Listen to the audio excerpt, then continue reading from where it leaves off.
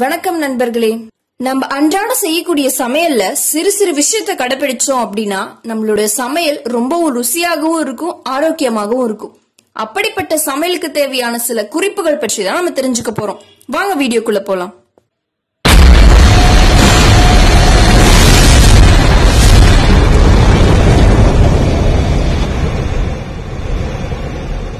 நீங்க எங்க சேனலை சப்ஸ்கிரைப் பண்ணலைன்னா மறக்காம சப்ஸ்கிரைப் பண்ணுங்க. கீழே இருக்க பெல் பட்டனை கிளிக் பண்ணுங்க. காய்கறிகளை அரிஞ்ச உடனே நம்ம சமையல்ல பயன்படுத்திடுறது ரொம்பவும் நல்லது. அதை நம்ம ஃப்ரிட்ஜ்ல சேமிச்சு வச்சோம் அப்படின்னா அதுல இருக்கக்கூடிய முக்கியமான சத்துக்கள் எல்லாம் அழிஞ்சு போயிடும். கோதுமை மாவுல அடிக்கடி வண்டு பிடிக்குது அப்படின்னு நீங்க நினைச்சீங்கன்னா அதுல சிறிதளவு உப்பு கலந்து வச்சாலே போதும், அந்த பிரச்சனை தீந்துரும். சப்பாத்தி மாவு பிசையும் போது சுடுதண்ணீர் ஊத்தி பிசைஞ்சோம் அப்படின்னா சப்பாத்தி ரொம்பவும் மிருதுவா இருக்கும். அது மட்டும் இல்லாம சப்பாத்தி போடுற கட்டையில உருளைக்கிழங்கு தேய்ச்சி விட்டுட்டு அந்த சப்பாத்தி மாவை நாளா மடிச்சு தேய்ச்சோம் அப்படின்னா சப்பாத்தி ரொம்பவும் மிருதுவாகவும் இருக்கும், ருசியாகவும் இருக்கும். அதுக்கப்புறம் சப்பாத்தி எப்பயும் சூடா இருக்கணும் அப்படின்னு நினைச்சீங்கன்னா அது சில்வர் பேப்பர்ல சுத்தி வச்சாலே போதும். பாஸ்மதி அரிசியை குக்கர்ல வேக வைக்கும் போது சிறிதளவு நெய்யோ எண்ணெயோ ஊத்தி வேக வச்சோம் அப்படின்னா சாதம் நல்லா தனித்தனியா பிரிஞ்சு நல்லா வெந்திருக்கும். இல்ல நாங்க பாஸ்மதி அரிசி எல்லாம் யூஸ் பண்ணல, சாதாரண அரிசி தான் அப்படின்னு சொன்னீங்கன்னா குக்கர்ல இருக்கக்கூடிய சாதம் அந்த குக்கரோட நிறத்தை மாத்தாம இருக்கிறதுக்கு அந்த தண்ணீர்ல சிறிதளவு எலுமிச்சை சாறை விட்டாலே போதும். உருளைக்கிழங்கு வறுவல் அப்படின்னாலே எல்லோருக்கும் பிடிக்கும். அப்படிப்பட்ட உருளைக்கிழங்கு வறுவல்ல புளிப்பில்லாத தயிர் அரைக்கிழங்கி ஊத்தி செஞ்சோம் அப்படின்னா இன்னும் ருசியா இருக்கும். மேலும் உருளைக்கிழங்கு வேக வச்ச தண்ணீரை பாத்திரத்தை கழுவணும் அப்படின்னா பாத்திரங்கள் ரொம்பவும் பளபளப்பா இருக்கும். இட்லி மாவுல சிறிதளவு வெண்டைக்காய் போட்டு அரைச்சோம் அப்படின்னா இட்லி ரொம்பவும் மிருதுவா இருக்குமா. அப்புறம் அந்த இட்லி மாவு புளிக்காம இருக்கிறதுக்கு நம்ம என்ன செய்யணும் அப்படின்னு கேட்டீங்கன்னா வெற்றிலையோட காம்ப கிள்ளாமலேயே அந்த பாத்திரத்துல குப்புற இருக்கிற மாதிரி போட்டோம் அப்படின்னா 2 நாட்கள் கெடாமலையும் புளிக்காமலையும் இருக்குமா.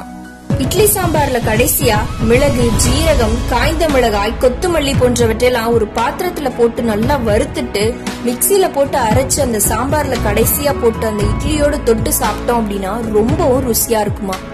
தயிர் நீண்ட நேரம் புளிக்காம இருக்கணும் அப்படின்னு நினைச்சீங்கன்னா தேங்காய சிறிதளவு துண்டா வெட்டி போட்டாலே போதும். அது இல்ல அப்படின்னு நினைச்சீங்கன்னா இஞ்சியோட தோலை சிறிதளவு சீவி போட்டாலே அந்த தயிர் ரொம்ப நேரம் புளிக்காம இருக்கும். சேனக்கிழங்க சீக்கிரமா வேக வைக்கிறதுக்கு ஒரு பாத்திரத்தை அடுப்புல வச்சுட்டு அதுல சிறிதளவு உப்பு போட்டு நல்லா வறுத்துட்டு அது வெடிச்சதுக்கு அப்புறம் தண்ணீர் ஊத்தி கொதிக்க வச்சுட்டு அந்த கிழங்க போட்டாலே போதும், சீக்கிரமா வெந்துடும்.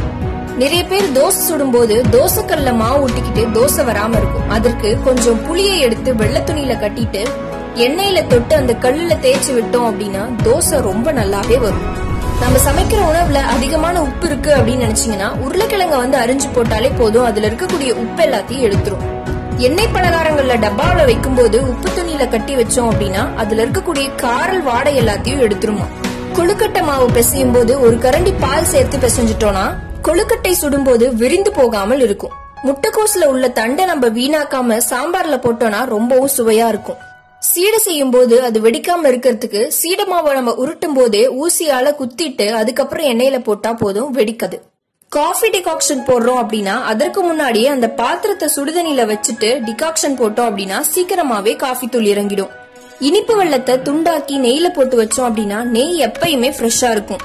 பச்சை மிளகாயோட காம்பை எடுத்துட்டு நிழலா இருக்கக்கூடிய ஒரு இடத்துல வச்சோம் அப்படின்னா பச்சை மிளகாய் நீண்ட நாட்களுக்கு இருக்கும். காய்ந்த மிளகாய போடும்போது எப்போதும் நெடி வரும் இல்லையா, அது வராம இருக்கிறதுக்கு சிறிதளவு உப்பு போட்டு வறுத்தாலே போதும், அந்த பிரச்சனை வராது. காய்கறிகளை அதிக அளவு தண்ணீர்ல வேக வைக்க கூடாது. காரணம் என்ன அப்படின்னு கேட்டீங்கன்னா காய்கறிகள்ல உள்ள வைட்டமின் சத்துக்கள் போறதோட அதுல இருக்கக்கூடிய மனமும் போயிடும். ரவா, மைதா உள்ள டப்பாக்கள்ல பூச்சி புழுக்கள் வராம இருக்கிறதுக்கு சிறிதளவு வசம்ப தட்டி போட்டாலே போதும். வெயில் காலங்கள்ல பொதுவாகவே பெருங்காயம் கட்டியாகிடும். அப்படி ஆகாம இருக்கிறதுக்கு பச்சை மிளகாய காம்பு எடுக்காமலேயே அந்த பெருவெங்காய டப்பால போட்டோம் அப்படின்னா ரொம்பவும் பஞ்சு போல மிருதுவா இருக்குமா. சப்பாத்தி மாவை நம்ம பிசையறதுக்கு முன்னாடி சிறிதளவு உப்பை நம்ம கையில தடவிக்கிட்டு சப்பாத்திய பிணைஞ்சோம் அப்படின்னா அந்த மாவு நம்ம கையில ஒட்டாது.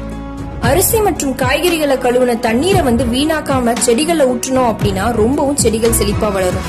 நான் சொன்ன குறிப்புகள்ல எது ரொம்ப உபயோகமா இருந்தது, பிடிச்சமானதா இருந்தது அப்படின்னு பயன்படுத்தி பார்த்துட்டு கமெண்ட்ல சொல்லுங்க. மறக்காம லைக் பண்ணுங்க, ஷேர் பண்ணுங்க. நன்றி.